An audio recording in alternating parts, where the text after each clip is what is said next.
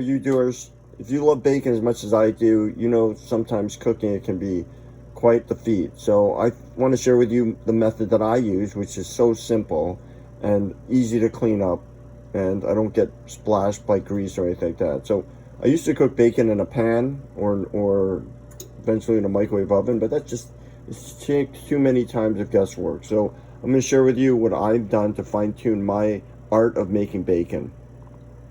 First of all, I bought this pan here. It's a 21 by 15 inch pan with a small lip on it, a small edge right here. And then what I do is I used to use aluminum foil. Then I figured out I can use parchment paper, which has quite a high bake point, I guess you could say, and up to 420 degrees, it says here.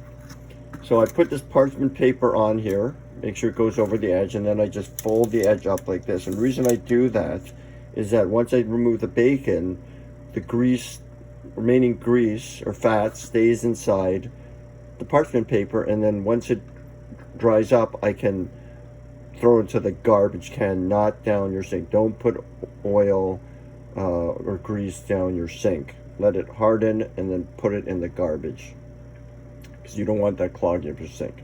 Anyway, so I just lay out the bacon like this, and I like in this large pan, and the temperature that I cook this at, according to the instructions, is 400 degrees, but I use convection bake, which puts it at 25 degrees below whatever you type in. And convection is where there's a fan that rotates the heat. Time to cook is supposed to be 15 minutes according to the instructions. I usually go about 22. I like my bacon crispy, but try it out on your own method. It also could be affected by how deep the pan is, especially if you do convection, because the air circulates. But again, so what I use a 21 by 15 inch pan. I have my bacon laid out on this parchment paper, which is right here.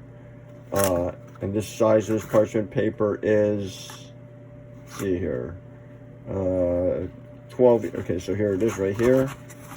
The size that I get is 15 by 15 inches wide, and then whatever length I need, right? So it's 15 inches, which is about the width of the surface area of the actual pan itself.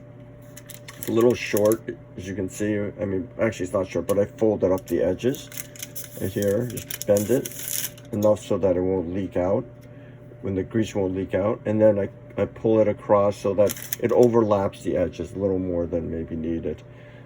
But this works great for me. And then I put the bacon on, and I set it at 400 degrees. It's 375 because I'm using convection. Then I'll put the timer.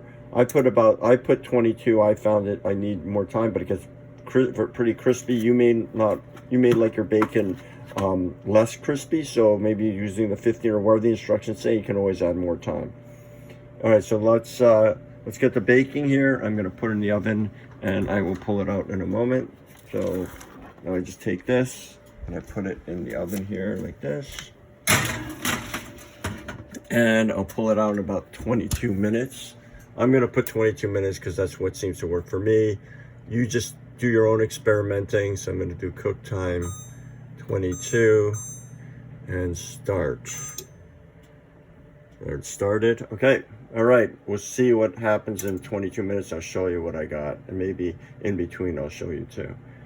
We're at 16 minutes and looks like it's cooked. We might just stick with that. I think the short pan makes it better. And that's how you cook bacon. We'll see what it looks like when we pull it out. All right, pulled out the bacon. It was about 16 minutes. Only 1 minute more than they said. And you can see it looks pretty good. Here's up close. And the bacon shrunk quite a bit. Again, I used this 21 by 15 pan, this parchment paper right here. And I set it in convection bake for 400, so it'll read 375. And that's it. All right, you doers, like and subscribe, and time to eat the bacon.